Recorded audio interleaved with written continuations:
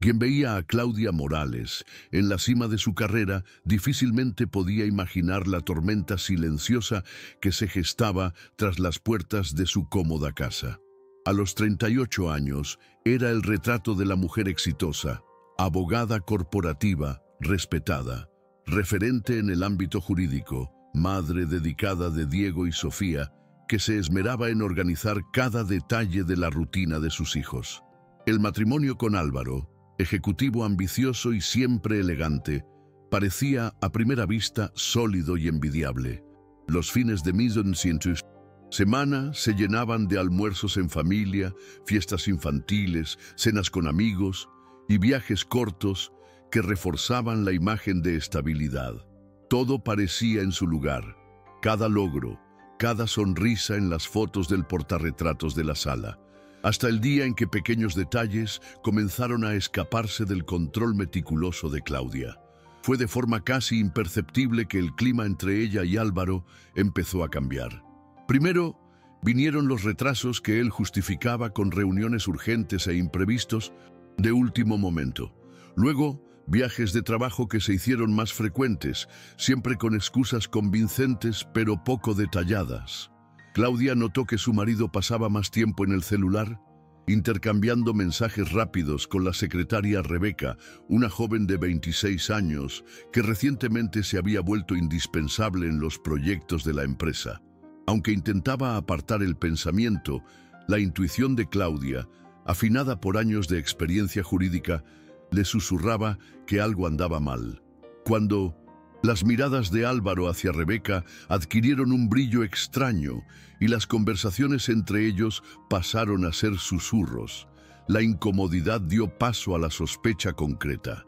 Percibir los cambios en el comportamiento de Álvaro fue para Claudia como intentar armar un rompecabezas cuyas piezas no encajaban.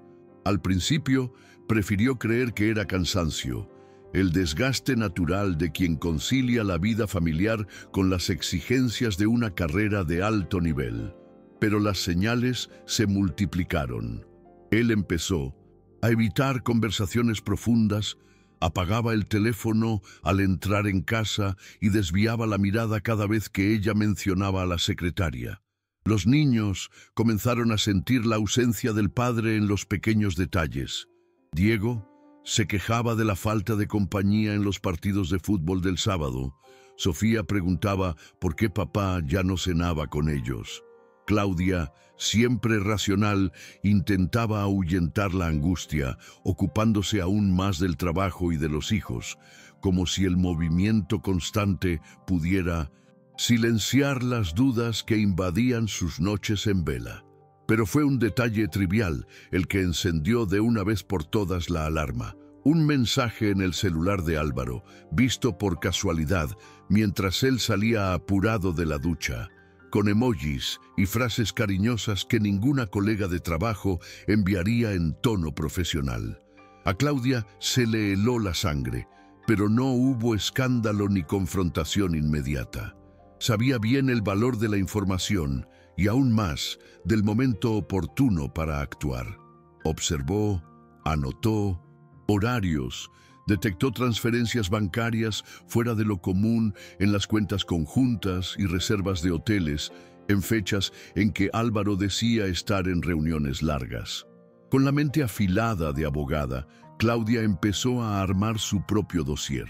Por las noches, sentada a la mesa de la cocina tras acostar a los hijos, releía extractos, comparaba fechas, cruzaba conversaciones y trataba de mantener el equilibrio entre la desesperación y la serenidad estratégica. Sabía que necesitaba pruebas y, sobre todo, un plan. Claudia pasó días luchando contra una mezcla de indignación, tristeza y frialdad calculada, como si necesitara equilibrar cada emoción para no hundirse. Recordaba la mirada recelosa de amigas que, en algún momento, intentaron advertirle sobre los riesgos del exceso de confianza en relaciones aparentemente perfectas. El orgullo herido dolía tanto como la traición inminente, pero, por encima de todo, lo que más le pesaba era el miedo de ver a sus hijos perdiendo la estabilidad y la rutina que tanto valoraba. Respiraba hondo para no dejar escapar ninguna emoción delante de los niños y en el trabajo mantenía la postura impecable, sin dar pie a rumores o comentarios malintencionados. En los pasillos de la oficina aún era admirada por su inteligencia y serenidad, pero solo en los raros momentos de silencio, mientras veía dormir a Diego y Sofía, se permitía llorar en voz baja, secándose las lágrimas antes de apoyar la cabeza en la almohada. Era en esos instantes de vulnerabilidad oculta que buscaba fuerzas para seguir adelante, decidida a proteger lo que quedaba de su dignidad y del bienestar de sus hijos. Decidida a no ser tomada por sorpresa, Claudia resolvió usar su experiencia a su favor. Sabía que en el mundo jurídico las pruebas sólidas hacían toda la diferencia y no aceptaría dar un paso sin respaldo. Aprovechó un viaje de Álvaro por trabajo para acceder a la computadora personal de su marido. Encontró carpetas ocultas, reservas de hoteles a nombre de otras personas, conversaciones sugerentes e intercambios de mensajes con Rebeca en aplicaciones que él nunca usaba para asuntos profesionales. Tomó capturas de pantalla, descargó documentos, organizó todo en una carpeta encriptada, lejos de miradas curiosas. Pasó noches revisando extractos bancarios, anotando valores incompatibles con la rutina familiar, llamando a establecimientos que aparecían en los comprobantes. Cuando Álvaro anunció un nuevo viaje de negocios, esta vez a Cancún, Claudia no lo dudó. Contrató a un detective privado, le pasó todos los detalles, entregó copias de los documentos y pidió que siguiera cada movimiento de su marido y la secretaria. Sabía que estaba ante una encrucijada y que, a partir de allí, su vida no tendría retorno. Allí, sola en la sala apenas iluminada, sintió un escalofrío recorrerle el cuerpo, pero también la extraña sensación de estar, por primera vez en mucho tiempo, en control de su propia historia. El retorno de las primeras informaciones del detective fue devastador, pero al mismo tiempo le trajo la claridad que Claudia necesitaba para tomar una decisión definitiva. Fotos de Álvaro y Rebeca juntos en el aeropuerto, hospedados en la suite presidencial de un resort en Cancún, compartiendo cenas y momentos que iban mucho más allá de cualquier relación profesional. Recibió todo por correo electrónico, junto con comprobantes de gastos realizados con tarjetas vinculadas a la cuenta conjunta de la familia. Ya no había dudas. En vez de ceder al impulso de un enfrentamiento inmediato, Claudia respiró hondo y recurrió al pragmatismo que siempre había guiado su carrera. Reunió todo el material, imprimió cada prueba, catalogó los recibos y antes de que Álvaro volviera a Ciudad de México, agendó una reunión con una abogada especialista en divorcios. En aquella elegante oficina de Polanco, sentada ante pilas de documentos, Claudia expuso toda la situación con claridad, sin lugar para sentimentalismos. La abogada escuchó, evaluó la solidez de las pruebas y trazó un plan estratégico. El primer paso sería bloquear judicialmente las cuentas y tarjetas de Álvaro, evitando cualquier intento de dispersión del patrimonio.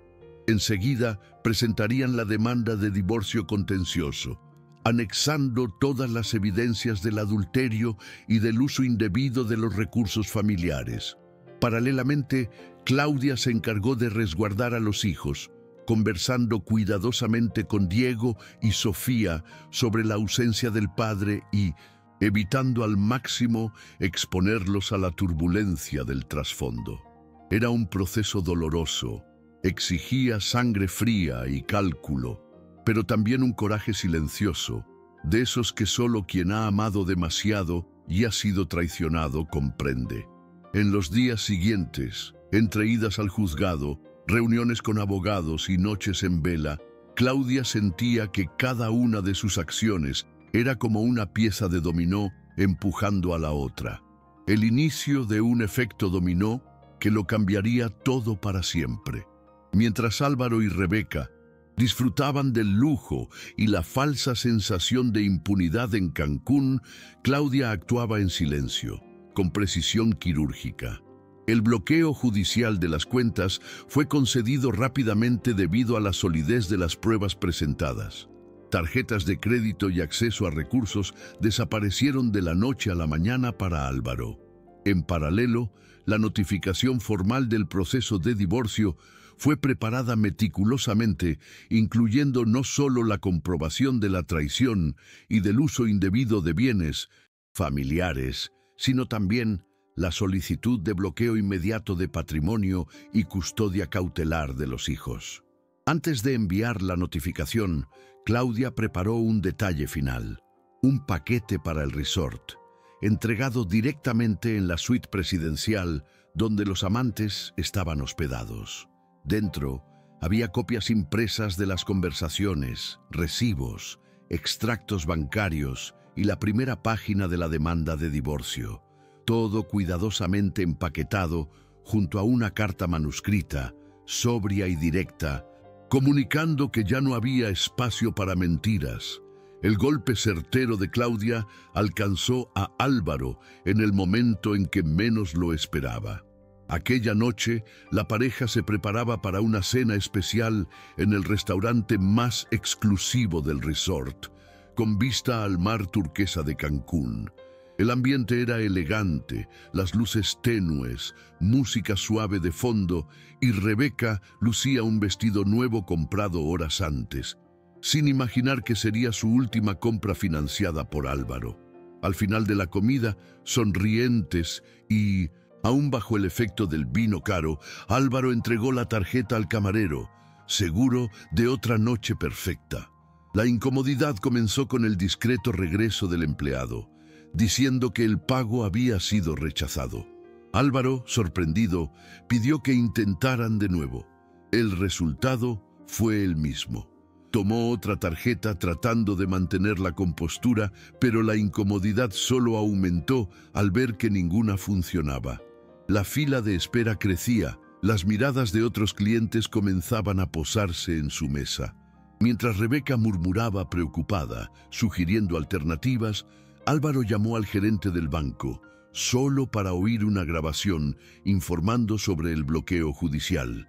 Intentó acceder a la aplicación del banco en el celular, pero el acceso había sido suspendido. En pocos minutos, el gerente del hotel se acercó, con discreción, explicando que ante la situación tendrían que trasladarlos a una habitación estándar y solicitar el pago inmediato de los gastos acumulados. La noticia cayó como una sentencia. En cuestión de minutos pasaron del lujo absoluto a la humillación pública. Rebeca, nerviosa, intentó argumentar, pero notó que todo el personal ya estaba al tanto de la situación. Álvaro sintió arder la cara. No era solo el golpe financiero, sino el inicio del derrumbe de toda la fachada de poder y control que siempre creyó tener. Mientras recogían apresuradamente sus pertenencias, comenzó a darse cuenta de que la marea había cambiado y que esta vez no había vuelta atrás. El regreso a la realidad fue abrupto y devastador. Apenas salieron de la suite presidencial, cargando maletas y tratando de ocultar la vergüenza, Álvaro y Rebeca fueron guiados por un empleado hasta una habitación sencilla, lejos de las vistas privilegiadas del resort. El pasillo parecía más estrecho, el aire más denso. La atmósfera de exclusividad había desaparecido, reemplazada por una sensación opresiva de caída inminente. Rebeca, acostumbrada a ser el centro de atención, apenas podía sostener la mirada de los empleados, que aunque discretos, sabían exactamente lo que ocurría. Álvaro, por su parte, sintió que el suelo se abría bajo sus pies. La frustración se mezclaba con el miedo y una ansiedad corrosiva dominaba cada gesto. En la privacidad de la habitación, trató de llamar a amigos influyentes en Ciudad de México, buscando ayuda financiera o al menos una explicación para el bloqueo. Pero las llamadas eran frías, breves o ni siquiera eran contestadas. La humillación no se limitó al resort. Al día siguiente, la noticia del escándalo ya circulaba entre colegas de trabajo y familiares, impulsada por la denuncia formal de Claudia a la empresa. Rebeca recibió una llamada seca de la jefatura, pidiéndole que no regresara a la oficina hasta nuevo aviso. Álvaro, por su parte, fue notificado oficialmente de su suspensión y de la apertura de un procedimiento disciplinario, con investigaciones sobre el uso de fondos corporativos para fines personales. La vida que ambos habían construido a base de apariencias se derrumbaba a velocidad récord. En los grupos de mensajes del trabajo, el nombre de Álvaro pasó a circular como advertencia de mala conducta, y Rebeca fue rápidamente asociada al escándalo. En la habitación sofocante del hotel, apenas podían dormir, atormentados por la incertidumbre, la vergüenza y el miedo a lo que aún estaba por venir. Del otro lado, en casa, Claudia seguía atenta, fortalecida por el efecto de cada decisión tomada y la certeza de que, esta vez, era ella quien escribía su propia historia. La repercusión del escándalo se esparció rápidamente por los círculos corporativos y sociales de Ciudad de México. Lo que comenzó como un rumor ganó fuerza con la filtración de pruebas y de la acción judicial, convirtiéndose en tema de conversación en reuniones de directorio y encuentros sociales. Claudia, aunque afectada emocionalmente por todo el impacto, mantuvo el foco en lo que debía hacerse. En reuniones con abogados, reforzó la solicitud de custodia prioritaria de los hijos y de bloqueo de bienes, utilizando cada documento y recibo como pieza clave de la estrategia jurídica. Su postura serena y firme impresionó incluso a profesionales experimentados. No había histeria, solo una determinación casi fría, movida por el deseo de asegurar un futuro estable para Diego y Sofía. En casa, buscaba mantener la rutina de los hijos lo más normal posible, incluso sintiendo el peso de las noches mal dormidas y del cansancio acumulado en los hombros. Desde Mindocentros fuera, el nombre de Álvaro se convirtió en símbolo de advertencia. Colegas, viejos amigos e incluso familiares empezaron a evitar el contacto, preocupados por no verse involucrados en el caso. Él intentó revertir la situación, enviando correos a la directiva, tratando de explicar que todo era un gran malentendido, pero fue ignorado. Rebeca, por su parte, enfrentó un aislamiento aún más cruel. Fue excluida de los grupos de colegas, perdió invitaciones a eventos sociales y vio su nombre asociado a comentarios maliciosos en redes sociales. El clima en el resort, que antes parecía paradisíaco, se volvió insoportable. Sin dinero, sin apoyo y con la reputación destruida, decidieron volver a Ciudad de México lo antes posible, previendo ya la dificultad de retomar la vida donde la habían dejado. Para Claudia, era un momento de transición. Sentía el dolor de la ruptura, pero también la fuerza silenciosa de quien, poco a poco, retomaba las riendas de su propia vida. El regreso de Álvaro y Rebeca a Ciudad de México estuvo marcado por un silencio opresivo y una tensión casi palpable. En el aeropuerto, trataron de mezclarse con la multitud, pero las miradas curiosas y hasta algunos mensajes de conocidos en el celular delataban que el escándalo ya era de dominio público. Álvaro, acostumbrado al respeto y al prestigio en los pasillos empresariales, percibió de inmediato que su reputación se había erosionado en pocos días. Se dirigió al condominio donde vivía con Claudia y los niños, esperando al menos poder conversar o buscar refugio temporal, pero fue recibido de manera protocolar por los empleados de la portería. El aviso era claro. Por orden de Claudia y del departamento jurídico, su entrada solo sería permitida mediante autorización formal y con horario previamente agendado. En lugar de un hogar, encontró cajas organizadas con sus pertenencias, todo etiquetado y cuidadosamente separado: ropa, documentos personales, objetos de trabajo e incluso algunos portarretratos, ahora vacíos.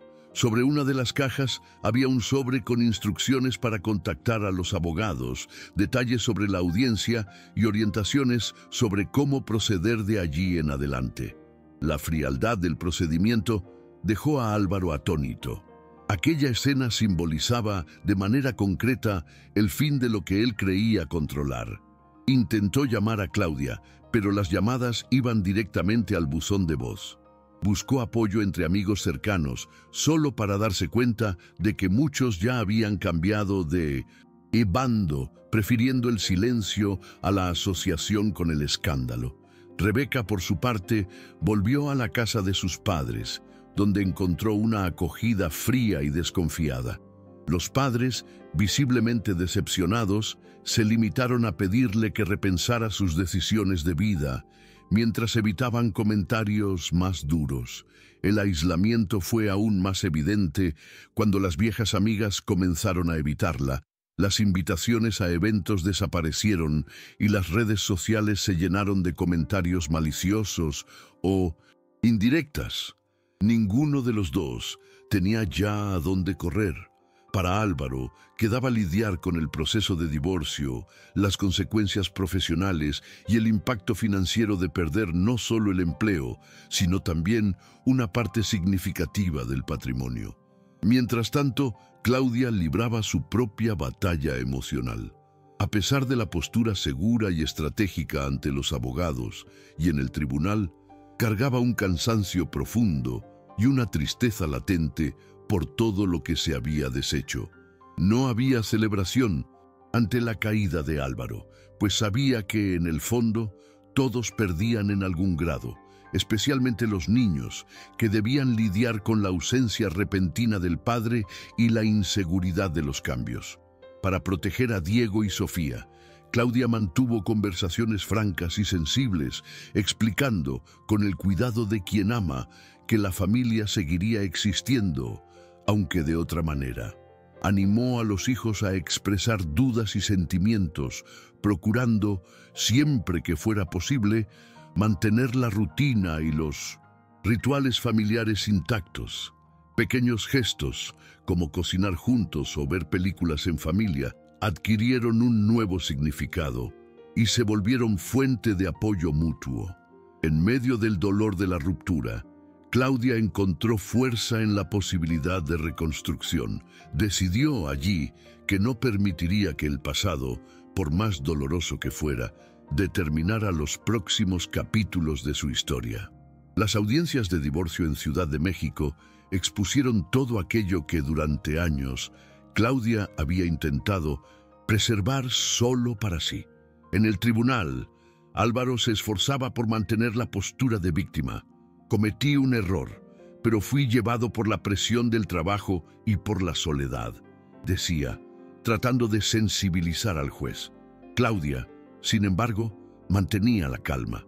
Cuando la abogada de él intentó minimizar los gastos en Cancún, ella replicó con claridad, voz firme y segura: aquí están las transferencias, las reservas hechas con la tarjeta familiar, los comprobantes a nombre de la empresa.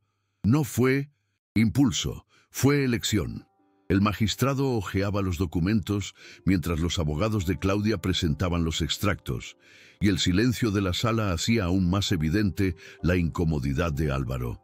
Rebeca no compareció. Su nombre solo se mencionó, reducido a una nota al pie en un proceso mucho mayor que ella misma. Fuera del tribunal, la tensión seguía a Claudia hasta casa. Era ella quien ahora se preocupaba de cada detalle de la rutina de los hijos. Diego, una noche, preguntó bajito: «Mamá, papá, ¿volverá algún día a casa?». Claudia, sentándose junto al hijo en la cama, buscó palabras que no hicieran daño. «Papá seguirá siendo tu papá, pero ahora va a vivir en otro lugar. Eso no cambia cuánto te ama». Sofía, más pequeña, abrazó a la madre con fuerza, preguntando si podrían continuar con las noches de pizza y películas. «Claro que sí, hija. Nada de eso va a cambiar. Solo será un poco diferente por un tiempo». En la oficina, Los colegas demostraban respeto y solidaridad, pero era imposible no sentir el peso de las miradas y de los susurros. Claudia aprendió a aceptar el apoyo, incluso cuando el orgullo pedía silencio, y, entre audiencias y tareas domésticas, encontró tiempo para sesiones de terapia. Allí, finalmente, se permitía derrumbarse. No quiero ser vista solo como la mujer traicionada. Quiero ser dueña de mi historia, no de una cicatriz. La psicóloga, con delicadeza, respondía: y ya lo eres. Cada decisión tuya, por más difícil que parezca, es un paso para reconstruirte. Así, Claudia fue comprendiendo que, a pesar del dolor, la autonomía y la esperanza podían renacer hasta de los escombros de una vida aparentemente perfecta. El proceso de reconstrucción de Claudia fue gradual y a veces marcado por recaídas silenciosas. Tras días extenuantes conciliando trabajo, audiencias y la crianza de los hijos, se encontraba sentada sola en la terraza del departamento, mirando la ciudad iluminada y reflexionando sobre todo lo vivido. En una de esas noches recibió un mensaje de una vieja amiga, Mariana, que durante años estuvo distante. Vi lo que pasó. Si quieres hablar, aquí estoy. Tras dudarlo, Claudia decidió responder.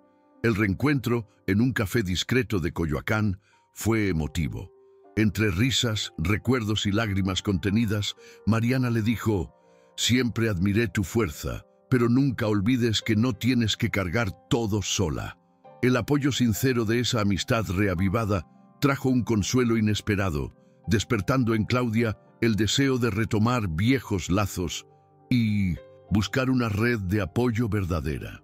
En la convivencia con Diego y Sofía, la rutina fue resignificándose.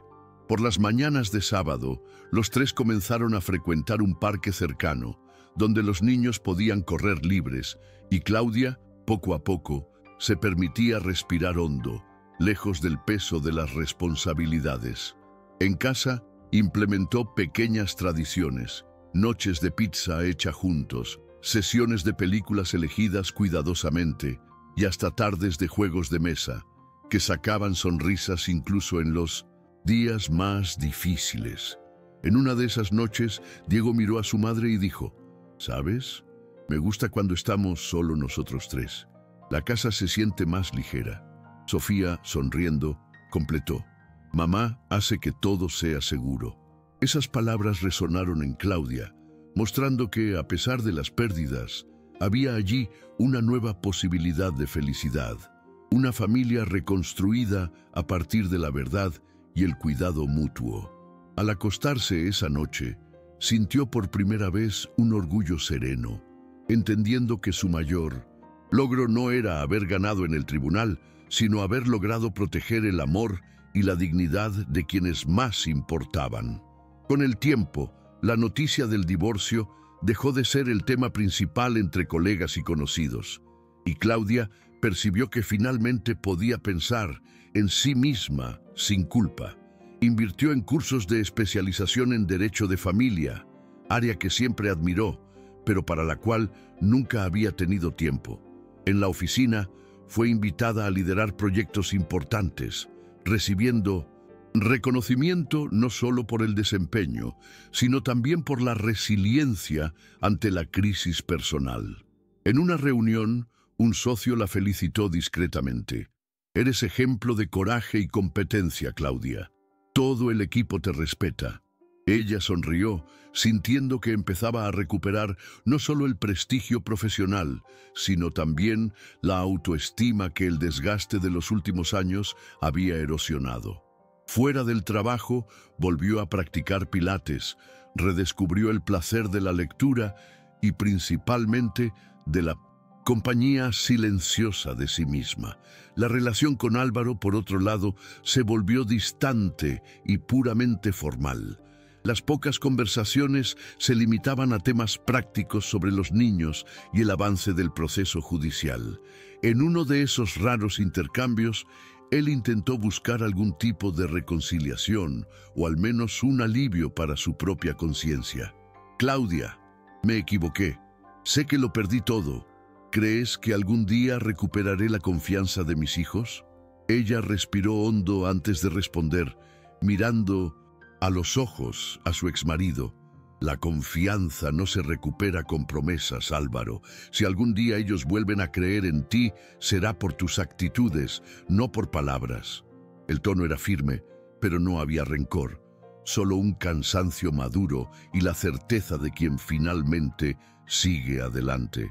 Al cerrar la puerta después de esa conversación, Claudia sintió un peso menos en los hombros, como si a cada límite impuesto fortaleciera sus propias raíces y abriera espacio para que lo nuevo floreciera en su vida.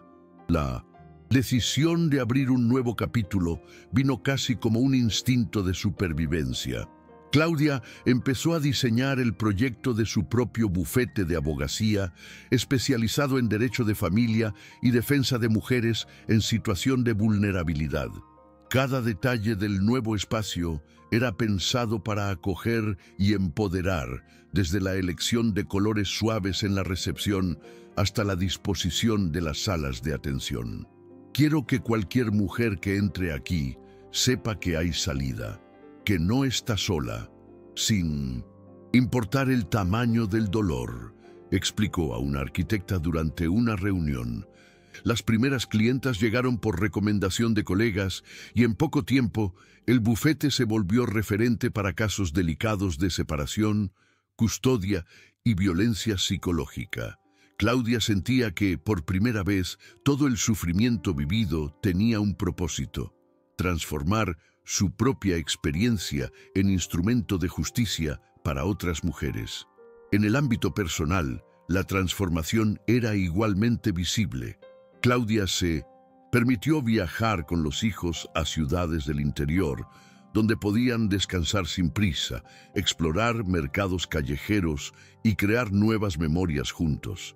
En esos viajes, entre charlas en el asiento trasero del coche y juegos a la orilla del lago, Diego y Sofía volvieron a sonreír con naturalidad, sin la tensión de los meses anteriores. En una de esas excursiones, Sofía miró a su madre y le dijo, con la simpleza de los niños: «Me gusta cuando inventamos una vida nueva, mamá». Claudia sonrió, sintiendo un calor en el pecho que hacía mucho no experimentaba. El miedo al futuro aún existía, pero ya no era mayor que la confianza en su propia capacidad de reconstrucción. Al ver a los hijos dormidos después de un día feliz, comprendió, finalmente, que su mayor logro no estaba en los procesos ganados o los bienes preservados, sino en el ejemplo de dignidad y coraje que sería para Diego y Sofía a partir de entonces. El tiempo siguió su curso, trayendo a Claudia nuevas oportunidades y desafíos. El bufete creció rápidamente, atrayendo a jóvenes abogadas y clientas que veían en ella no solo a una especialista, sino a alguien que comprendía de verdad el dolor y la lucha de cada mujer que buscaba ayuda. Una tarde ajetreada, al recibir una carta de agradecimiento de una clienta que había logrado recuperar la custodia de su hija tras años de disputa, Claudia se emocionó. «Usted cambió mi vida, doctora. Nunca olvidaré su fuerza y su ejemplo». Leer esas palabras hizo que Claudia repasara su propia trayectoria, de la vulnerabilidad inicial a la fuerza silenciosa de quien se negó a ser definida por el dolor. En el fondo, sabía que cada batalla ganada en el tribunal era, en cierta medida, un rescate de su propia historia. La relación con Diego y Sofía también evolucionó de manera natural. Adolescente, Diego buscaba más independencia, pero nunca dejaba de pedir consejos a su madre, especialmente en decisiones importantes. Sofía, ahora con una personalidad aún más marcada, participaba en proyectos sociales del bufete, ayudando a organizar campañas de recaudación para niños en situación de riesgo. Una noche, durante una cena sencilla en casa, Diego comentó: «Mamá, ¿sabías que mucha gente en la escuela habla de ti? Dicen que eres valiente. Yo también lo creo». Sofía, animada, completó: Quiero ser como tú cuando crezca. Esas palabras resonaron en el corazón de Claudia, reafirmando la certeza de que, a pesar de todos los obstáculos, había construido una familia, basada en el respeto, el diálogo y, sobre todo, la verdad. Al acostarse esa noche, agradeció en silencio por no haber renunciado a sí misma ni al derecho de reescribir su propia historia. El destino de Álvaro tomó un rumbo muy diferente.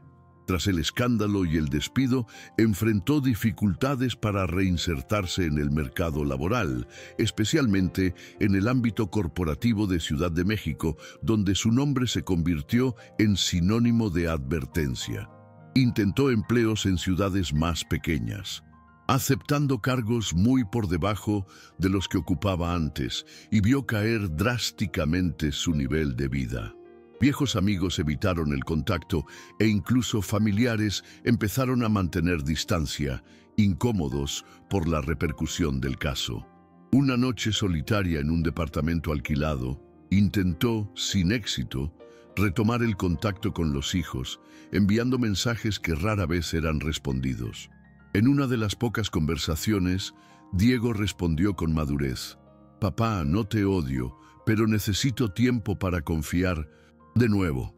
Mamá siempre estuvo aquí para nosotros». Esas palabras, duras y verdaderas, resonaron más que cualquier castigo formal.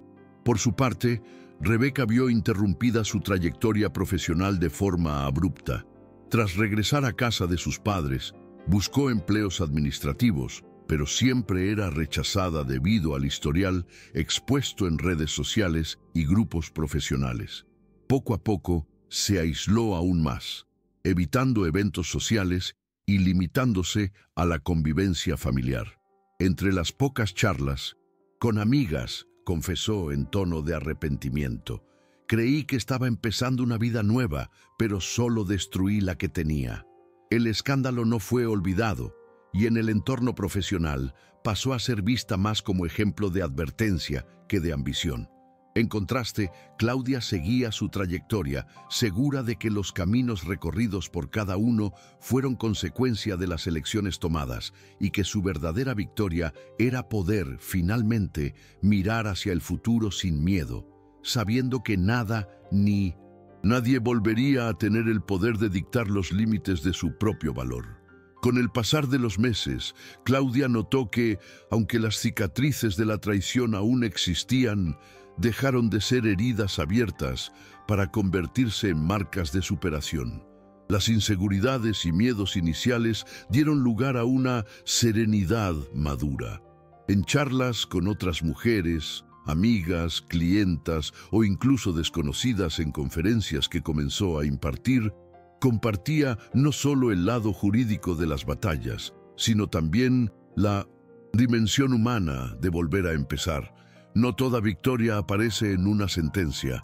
A veces está en poder dormir tranquila otra vez o en reír con los hijos un sábado por la tarde, decía, arrancando sonrisas de quienes reconocían en sus propios dolores una historia de esperanza. Sus conferencias se volvieron referencia en varios eventos dedicados al empoderamiento femenino, y su nombre empezó a circular entre ONGs y asociaciones de apoyo a mujeres en situación de vulnerabilidad. El reconocimiento social trajo nuevas invitaciones y alianzas, pero Claudia siempre se aseguró de mantener los pies en la tierra. Sabía, por experiencia propia, el precio de la exposición y la superación. Prefería charlas sinceras y encuentros informales, donde realmente pudiera escuchar las historias ajenas y de alguna manera devolver aquello que un día recibió: escucha, respeto y coraje para volver a empezar. En una de esas conversaciones, una joven recién separada la buscó tras una conferencia. ¿Cree usted que realmente puedo salir adelante sola? Claudia sonrió con empatía y respondió: no es fácil, pero es posible. No necesitas ser fuerte todo el tiempo, solo tienes que permitirte no rendirte. Al caminar de vuelta a casa esa noche, Claudia sintió una ligereza rara, como si por fin el ciclo estuviera cerrado. Su dolor ahora era fuente de fuerza, no solo para sí misma, sino para tantas otras mujeres que, en silencio, buscaban un nuevo comienzo. El día a día de Claudia encontró un nuevo ritmo, más ligero y auténtico. Las mañanas ya no estaban marcadas por la ansiedad o la prisa de agradar a alguien. Aprendió a valorar pequeños rituales, como tomar café en la terraza mientras leía las noticias o pasear sin rumbo con los hijos por las tranquilas calles del barrio. El departamento, que antes parecía demasiado grande para solo 3 personas, se fue llenando de vida con cuadros nuevos en las paredes, plantas repartidas por los ambientes y la presencia constante de risas y charlas. Las noches de viernes eran sagradas, pizza artesanal, películas antiguas y una sensación de pertenencia que Claudia nunca había sentido tan profundamente, ni siquiera en los tiempos en que su familia era completa a ojos de los demás. Al mirar atrás, Claudia reconocía cuánto había cambiado. Ya no sentía rabia hacia Álvaro. Lo que quedaba era un cierto distanciamiento, casi como si esa etapa perteneciera a otra persona. Sentía orgullo de cada decisión tomada, de cada límite impuesto, pero sobre todo del coraje de no conformarse ante lo que no merecía. En conversaciones con Diego y Sofía siempre se esforzaba en reforzar: no tienen que temerle a los cambios. Lo importante es que nunca olvidemos nuestro propio valor. Los hijos, cada vez más maduros y seguros de sí, respondían con gestos y palabras que solo quien vivió todo el proceso junto puede comprender. Y así, sin necesidad de grandes gestas ni de aprobación ajena, Claudia sintió por fin que era libre para ser solo ella misma, dueña de su historia, de sus propios sueños y de la felicidad que construyó con sus propias manos. Si te gustó esta historia, suscríbete al canal para acompañar otros relatos de superación y nuevos comienzos. Tu presencia hace toda la diferencia aquí.